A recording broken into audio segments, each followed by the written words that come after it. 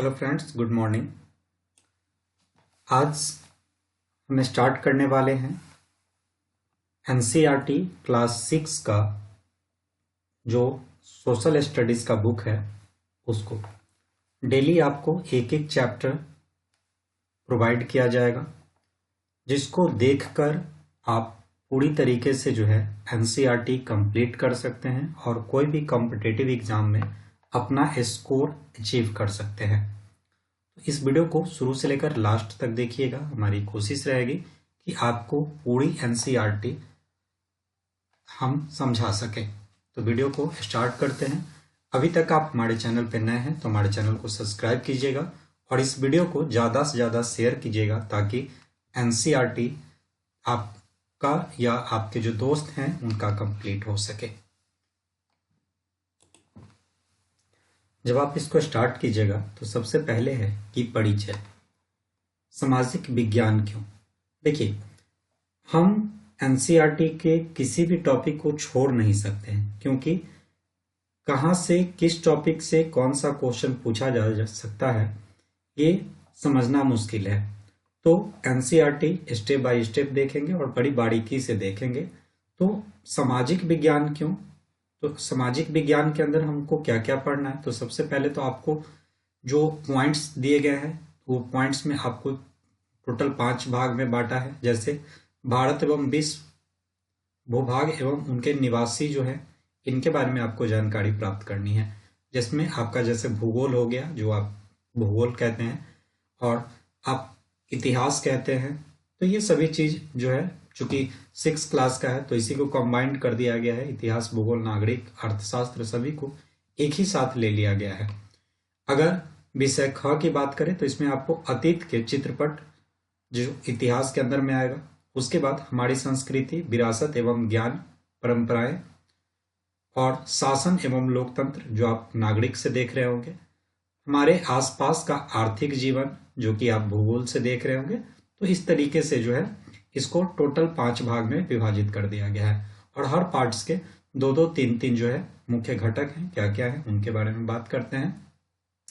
सबसे पहले देखें भारत एवं विश्व, भूभाग एवं उनके निवासी। इसमें आपको क्या पढ़ना है? तो इसमें आपको स्थल रूप एवं जीवन के बारे में पढ़ना है, महासागर एवं महाद्वीप के बारे में पढ़ना है और पृथ्वी पर स्थानों की स्थिति के बारे में पढ़ना है, जिसमें मैप वगैरह जो है आपको इसमें पढ़ना है।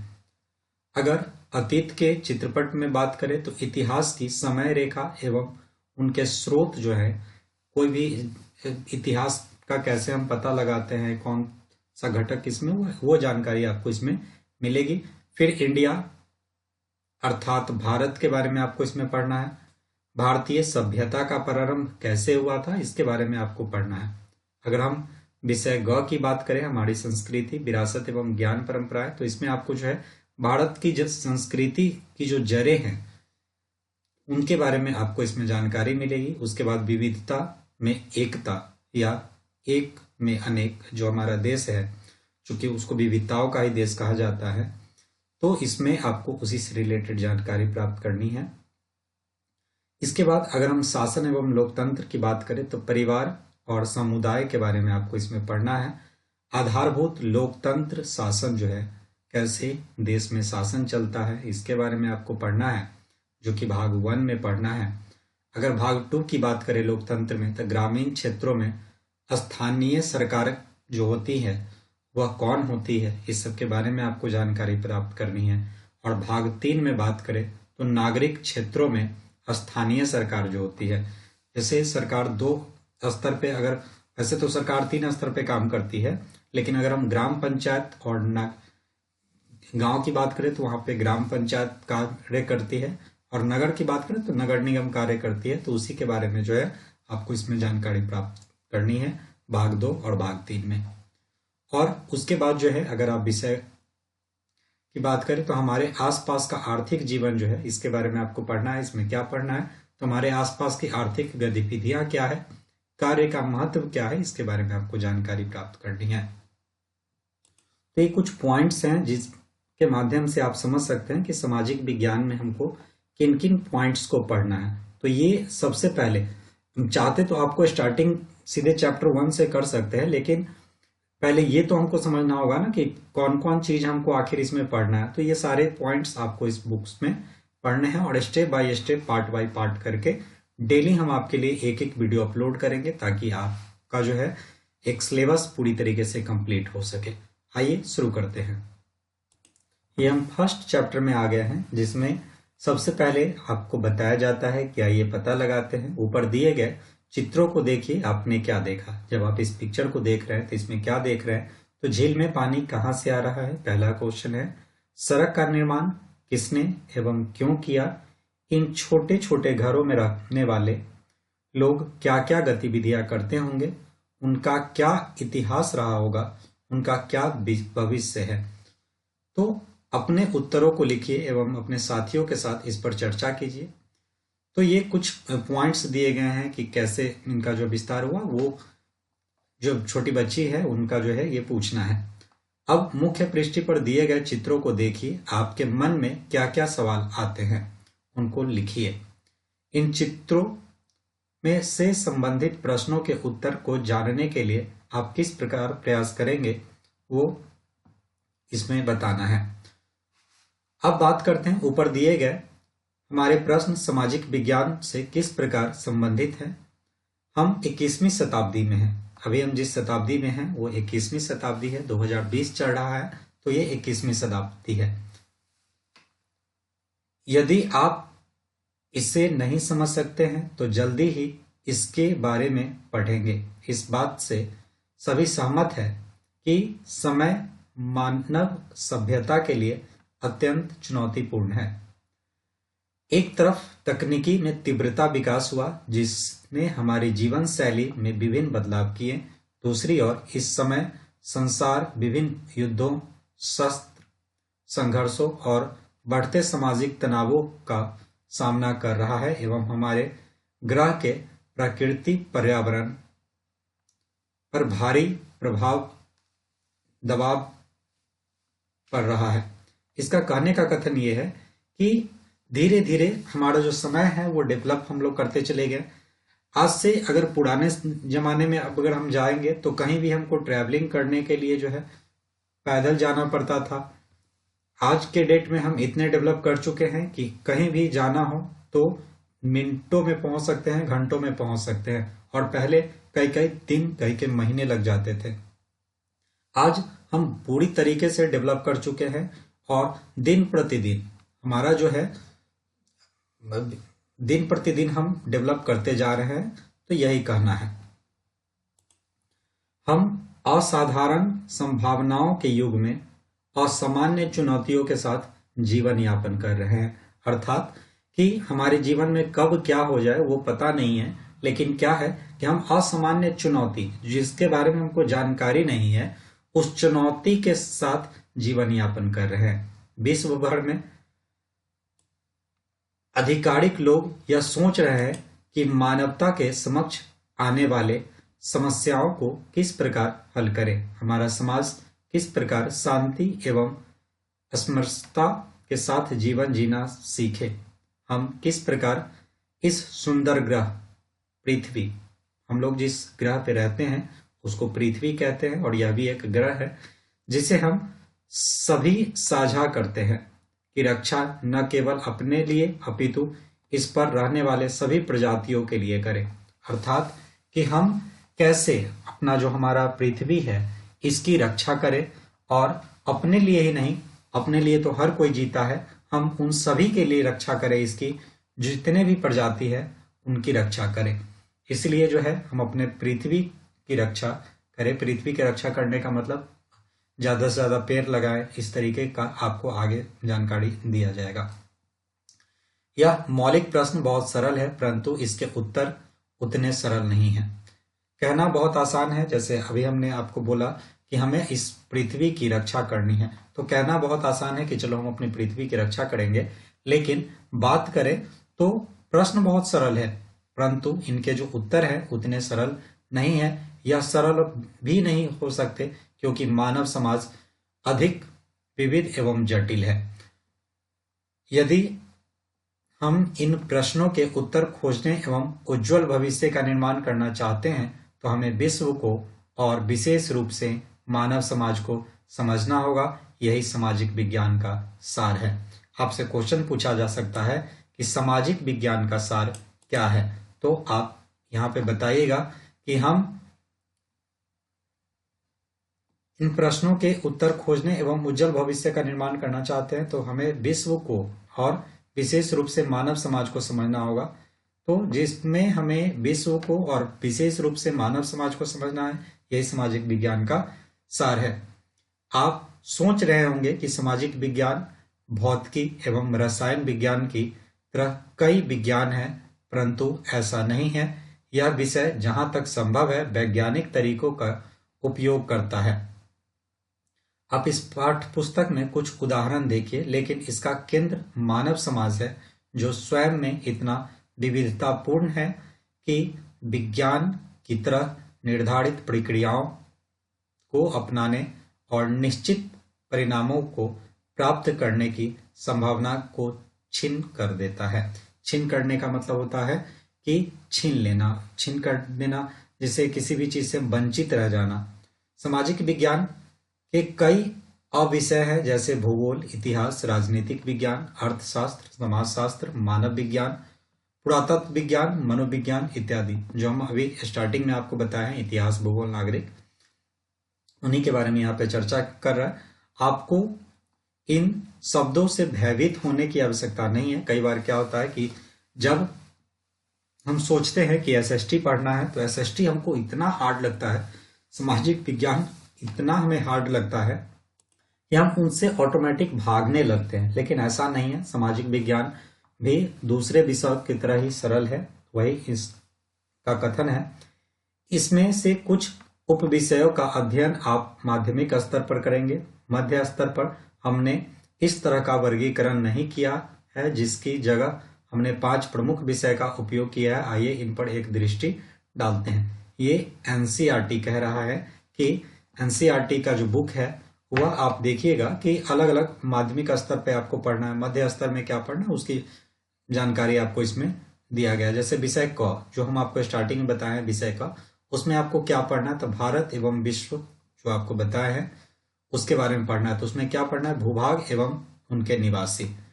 तो इस विषय में हमारे आसपास की भौगोलिक दुनिया की बुनियादी बातें एवं हमारे ग्रह की कुछ मुख्य विशेषताओं और उनके मानचित्र पर दर्शाने का तरीका शामिल है। इस महत्वपूर्ण क्यों है, जो यह सब्जेक्ट है, यह विषय है, वह महत्वपूर्ण क्यों है, जबकि हम मोबाइल पर शानदार मानचित्र प्राप्त कर सकते हैं। वास्तव में यह विषय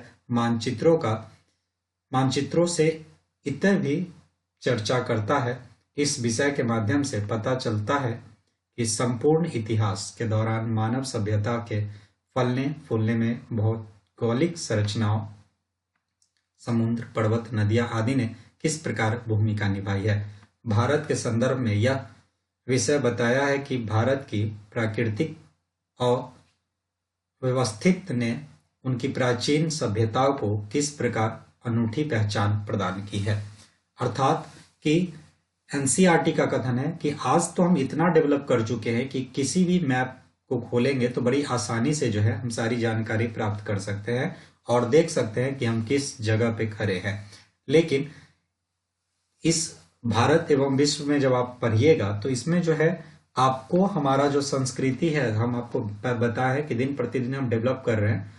तो जब पीछे समय में जाएंगे तो पीछे हमारा सभ्यता कैसा था, हमारी भौगोलिक स्थिति कैसी थी, आज हम कैसे हैं, समुद्र, पर्वत, नदियां किस तरीके से इसमें अहम भूमिका निभाई, उसके बारे में आपको इसमें जानकारी प्राप्त करनी है। अगर विषय ख की बात करें तो इसमें आपको अतीत के चित्रपट के बारे में जानकारी प्राप्त करनी है। क्या है अतीत का चित्रपट?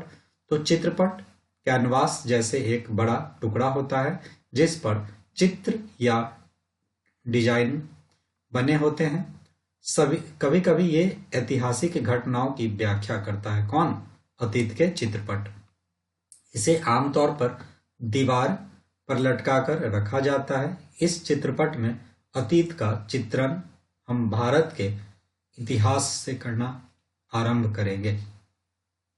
शायद आप यह सोच रहे होंगे कि अतीत को लेकर चिंतित क्यों होना चाहिए। वास्तव में यही वर्तमान को समझने की कुंजी है। मान लीजिए कि हमें किसी भी समस्या को समझना है तो समस्या की जड़ों में जाना होगा। अर्थात अगर हम वर्तमान को समझना चाहते हैं तो उसके लिए हमें अतीत में जाना होगा। इस विषय में दिए गए अध्याय आपको इसके बारे में अधिक स्पष्ट करते दिखेंगे। दूसरी शब्दों में कहें तो अतीत हमारी पहचान का मुख्य स्रोत है, जो हमें यह समझने में सहायता करता है कि हम कौन हैं और कहां से आए हैं। अन्य शब्दों में कहें तो अतीत अभी हमारे साथ है, चूंकि दुर्भाग्य से इतिहास केवल सुखद विकास यात्रा नहीं अपितु यह लोगों, सरकारों और शासकों द्वारा की गई गलतियों एवं उन गलतियों के कारणों को समझने में हमारी सहायता करता है। इसको समझने के उपरांत ही आशा है कि इन गलतियों को दोहराने से बचेंगे। अर्थात इतिहास पढ़ने से हमें यह जानकारी मिलेगी कि जो हमारे पूर्वज गलती किए हैं उन गलतियों को हम दोहराए नहीं। तो इतिहास इसीलिए लोग पढ़ता है ताकि हमारे पूर्वजों के बारे में जो जानकारी प्राप्त हो सके और उनके आधार पे हम अपने भविष्य को सुधार सके, अपने वर्तमान को सुधार सके। नहीं तो जो चीज बीत गया उसके बारे में पढ़ने की क्या जरूरत है। लेकिन इतिहास हमें अपने पूर्वजों के बारे में सभी जानकारी प्राप्त कराता है कि कैसे हमारे पूर्वज, हमारी जो शासन व्यवस्था थी, हमारे ऊपर कौन कौन आकर शासन किया, ये सभी जो है आपको इतिहास में पढ़ने को मिल जाएगा। अगर पार्ट ग की बात करें तो हमारी संस्कृति, विरासत एवं ज्ञान परंपराएं क्या है इसके बारे में हम जानते हैं। प्रायः ऐसा माना जाता है कि भारत की संस्कृति अत्यंत समृद्ध एवं प्राचीन है। अगर हम अपने इतिहास के बारे में बात करें कि हमारा इतिहास कैसा है, तो कभी कभी आप सुनते होंगे या कभी कभी आपके ही मुंह से निकल जाता होगा कि हमारा इतिहास, हमारी जो संस्कृति है या भारत की संस्कृति है वो काफी प्राचीन है, समृद्ध संस्कृति है। यह सत्य भी है, परंतु इसकी प्रमुख विशेषताएं क्या है। आखिर क्यों हम कह सकते हैं कि हमारी जो संस्कृति है, हमारी जो विरासत है वह एकदम इम्पोर्टेंट है। इसके मार्गदर्शक सिद्धांत क्या है, भारतीय इतिहास में यह किस प्रकार प्रकट हुए और हमारे समय की समस्याओं को सुलझाने में किस प्रकार सहायक होंगे। कुछ प्रश्न है जिनका अन्वेषण इस विषय में किया गया है जाएगा। इनका उद्देश्य होगा कि प्रत्येक विद्यार्थी हमारी सभ्यता की नींव को समझने एवं उनके मूल्यों की प्रशंसा करे। इसीलिए जो है आपको ये चैप्टर दिया गया है कि हमारी संस्कृति, विरासत एवं ज्ञान परंपराएं जो है वो आप पढ़ें, ताकि जो है आप अपने संस्कृति के बारे में, अपनी जो परंपराएं हैं उनके बारे में आपको जानकारी प्राप्त हो सके। अब बात करते हैं शासन एवं लोकतंत्र। तो प्रत्येक देश के नागरिकों को उस देश की राजनीतिक कार्य प्रणाली की समझ होनी चाहिए। अब जैसे मान लीजिए कि हमें अपने देश को चलाना है, तो हमें अपने देश को चलाने के लिए जो है, हम अगर मान लीजिए कि अपने देश के में रह रहे हैं तो मतलब हम यहाँ के नागरिक हैं और हमें अपने देश को चलाना है। तो कैसे हमारा देश चल रहा है, किस तरीके से जो है आज की सरकारें काम कर रही है, उसके बारे में हमें जानकारी होना बहुत जरूरी है। भारत विश्व का सबसे बड़ा लोकतंत्र है। आपसे क्वेश्चन पूछा जा सकता है कि भारत विश्व का कौन सा लोकतंत्र है, तो आप बोल सकते हैं सबसे बड़ा, या विश्व का सबसे बड़ा लोकतंत्र कौन है, तो फिर भारत। तो ऑब्जेक्टिव में भी ये क्वेश्चन आपसे इस तरीके से पूछा जा सकता है। या विभिन्न स्तरों पर कार्य करने वाली विस्तृत शाखाएं प्रणाली अपनाई गई है। इसकी प्रमुख विशेषताएं एवं घटक क्या है, शासन में लोग किस प्रकार भागीदारी कर सकते हैं, इनके अधिकार क्या है एवं उनके कार्यरत अथवा धर्म क्या है, क्या अन्य देशों में अलग प्रणाली अपनाई जाती है, यदि हाँ तो वे कौन सी प्रणाली है, विभिन्न देश आपस में किस प्रकार संपर्क स्थापित करते हैं, यह सभी जानकारी आपको इस सब्जेक्ट में पढ़नी है। इस विषय का अध्ययन कर हम अधिक जिम्मेदार नागरिक बन सकेंगे और यह समझ सकेंगे कि सरकार के विभिन्न अंग किस प्रकार कार्य करते हैं। साथ ही हमें प्रभावित करने वाली स्थानीय अथवा राष्ट्रीय नीतियों पर अपना व्यक्तित्व प्रभावी ढंग से रख सकेंगे। अगर मान लीजिए कि हमें समाज के बारे में, हमारे सरकार के बारे में जानकारी ही नहीं होगा, हमें यही नहीं पता होगा कि सरकार जो कर रही है क्या वो सही है या गलत है, तो क्या हम सरकार के अगेंस्ट जा सकते हैं? नहीं जा सकते। क्यों नहीं जा सकते? क्योंकि हमें अपने अधिकार के बारे में पता नहीं है। तो जब आप शासन एवं लोकतंत्र पढ़िएगा, जब आप नागरिक पढ़िएगा, तो क्या होगा कि हमें अपने अधिकार के बारे में आपको जानकारी होगी, तब जो है क्या सही है और क्या गलत है इसका आप डिसीजन ले सकते हैं। तो शासन और लोकतंत्र आपको यही सिखलाता है कि कैसे जो है हम समाज को और अपने सरकार को सही करने के लिए चुने, और अगर सरकार गलत कर रही है तो हम कैसे जो है उनको हटाए, और किस तरीके से सरकार अलग अलग नीतियों पे कार्य करती है, वो आपको लोकतंत्र, शासन और लोकतंत्र में पढ़ना है, जिसको नागरिक कहते हैं। अब बात करते हैं हमारे आसपास का आर्थिक जीवन। देखिए, जैसे ये आर्थिक आ गया तो आर्थिक का मतलब होता है पैसे का लेन देन, ठीक है। अगर मान लीजिए कि आप सुनते होंगे कि हमारी आर्थिक स्थिति खराब है या हमारी आर्थिक स्थिति बहुत अच्छी है, तो आर्थिक मतलब क्या हुआ कि हम पैसे से या तो बहुत अच्छे हैं या बहुत बुरे हैं। तो ये आर्थिक जीवन, जिसको आप इकोनॉमिक्स बोलते हो, अर्थशास्त्र बोलते हो, तो इतिहास वो टोटल आपका एसएसटी के अंदर में ही आता है, तो आपको इसमें भी ये पढ़ना है। तो इसमें क्या पढ़ना है? कोई भी परिवार दैनिक जीवन की आवश्यकताओं, दैनिक जीवन की आवश्यकताओं वस्तुओं जैसे प्राथमिक स्तर पर भोजन, वस्त्र, आश्रय, जल की उपलब्धता एवं द्वितीय स्तर पर वयस्कों के लिए आजीविका और युवाओं के लिए शिक्षा के बिना सुख नहीं कर सकता। देखिए, आपसे क्वेश्चन पूछा जा सकता है कि हमारी प्राथमिक स्तर पर क्या आती है, तो हमारी प्राथमिक स्तर पर भोजन, वस्त्र, आश्रय, आश्रय का मतलब जहां आप रहते हो, जल की उपलब्धता, ये जो है आपका जो है प्राथमिक स्रोत के अंदर में आएगा। अगर वहीं द्वितीय स्रोत की बात करें तो वयस्कों के लिए आजीविका, आजीविका उसको बोलते हैं जो जिसके माध्यम से हम जीवन जीते हैं, और युवाओं के लिए शिक्षा के बिना सुख नहीं कर सकता, है ना। इस प्रकार अर्थव्यवस्था के बिना कोई भी देश समाजपूर्ण ढंग से उन्नति नहीं कर सकता, परंतु भारत जैसे विशाल देश में अर्थव्यवस्था कैसे कार्य करती है, मुद्रा वास्तव में क्या है, इसकी उत्पत्ति कहाँ होती है, इसे कैसे बढ़ाया जाता है, किस किस आर्थिक गतिविधियों में लोग शामिल होते हैं, ये सब आपको इसमें पढ़ना है। जैसे मान लीजिए कि आप सुनते होंगे कि सरकार नोट छापती है, तो मान लीजिए कि सरकार तो चाहेगी तो कितना भी नोट छाप सकती है, हमारी गरीबी को दूर कर सकती है, तो ऐसा क्यों नहीं करती है?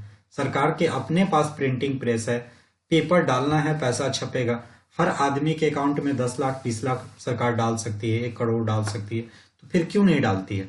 फिर भी हम क्यों कहते हैं कि भारत जो है उतना तरक्की नहीं कर पाया है जितना और देश कर पाया है? तो हम किस तरीके से जो है अपने देश में आर्थिक को बढ़ाएं, उसके बारे में आपको जो है इस सभी चीजों के बारे में आपको जो है अर्थ शास्त्र में पढ़ना है, और इसी बुक में आपको सारी चीजें पढ़नी है। प्राकृतिक एवं मानव संसाधनों का किस प्रकार सर्वाधिक उपयुक्त प्रबंधन किया जा सकता है, यह विषय कुछ प्रमुख अवधारणाओं और प्रक्रियाओं को नियंत्रित करेगा जो हमें इस प्रश्न के उत्तर खोजने में सहायक होगा। आपने देखा कि पिछले अनुच्छेद में कई प्रश्न हैं, यह ठीक उसी प्रकार के हैं जैसे इन्होंने होना चाहिए। सामाजिक विज्ञान भी सभी प्रश्न पूछने की कला के विषय से संबंधित है। जब हम सभी प्रश्न पूछते हैं तभी हम सभी प्रश्नों के खोज कर सकते हैं। इस पुस्तक के प्रत्येक अध्याय की शुरुआत महत्वपूर्ण प्रश्न से की गई है जो उपरोक्त तथ्यों की पुष्टि करता है। तो जब भी हम इस चैप्टर को पढ़ेंगे आपको कुछ इंपॉर्टेंट क्वेश्चन जो है इसमें बताया जाएगा, और आप कोशिश कीजिएगा कि उसके आंसर को ढूंढे, और आंसर आप हमें कमेंट कर सकते हैं। भूगोल के अध्यायों में शतरंज के खेल और कुछ प्राचीन तमिल कविताएं आपको रुचिकर लाएगी। संस्कृति विरासत वाले अध्याय में सारी के उपयोग पर चर्चा की गई है। अर्थव्यवस्था केंद्र अध्याय में सेवा की अवधारणाओं और त्योहारों का वर्णन किया गया है। ऐसा जानबूझकर किया गया है। हम विभिन्न क्षेत्रों के समस्त पहलू के साथ एक साथ लाने में विश्वास करते हैं। इसे बहुविश्वसीयता कहा जाता है, जिसे आप बाद में पढ़ेंगे। यह हमारे दृष्टिकोण को समृद्ध करता है। वास्तव में यह जीवन अनगिनत तथ्यों का मिश्रण करता है, जो तो हमें क्यों नहीं करना चाहिए। अब तक आपको समझ में आ गया होगा कि सामाजिक विज्ञान वर्तमान को समझने के लिए बेहद भविष्य के निर्माण के लिए अतीत का निरंतर उपयोग करता है। यह अन्वेषणपूर्ण एवं रोमांचक कार्य है। तो ये जो है आपका इतिहास में, सोशल साइंस में, जो सामाजिक विज्ञान में जो हमको पढ़ना है, वो आपको यहाँ तक जो है बताया गया है कि आखिर क्या क्या हमको पढ़ना है। कुछ क्वेश्चन आपने सुना होगा, अगर आप कोशिश कीजिएगा इसका आंसर ढूंढने का और हमें इसका आंसर कमेंट कीजिएगा। हम डेली आपके लिए प्रत्येक दिन एक एक चैप्टर लाएंगे और इस तरीके से आप डेली एक एक चैप्टर देखकर अपने जो नोट्स हैं, अपना जो रिवीजन है, अपने जो बुक्स है, उसको आप पढ़ सकते हैं और बड़ी आसानी से समझ सकते हैं। किसी भी तरह का कोई दिक्कत हो तो आप हमें कमेंट कीजिएगा, वीडियो ज़्यादा से ज़्यादा लाइक कीजिएगा और डेली नए वीडियो पाने के लिए हमारे चैनल को सब्सक्राइब कीजिएगा। कल हम आपके सामने चैप्टर 1 जो है वह लेकर आएंगे। आज जो है हमारा परिचय था सामाजिक विज्ञान से, जो कि क्लास 6 का ये सामाजिक विज्ञान है। आप किस विषय से के बारे में हमसे जानकारी चाहते हैं, किस विषय को पढ़ना चाहते हैं, वो विषय भी जरूर लिखिएगा। मिलते हैं फिर नए वीडियो के साथ और चैप्टर 1 के साथ। Thank you.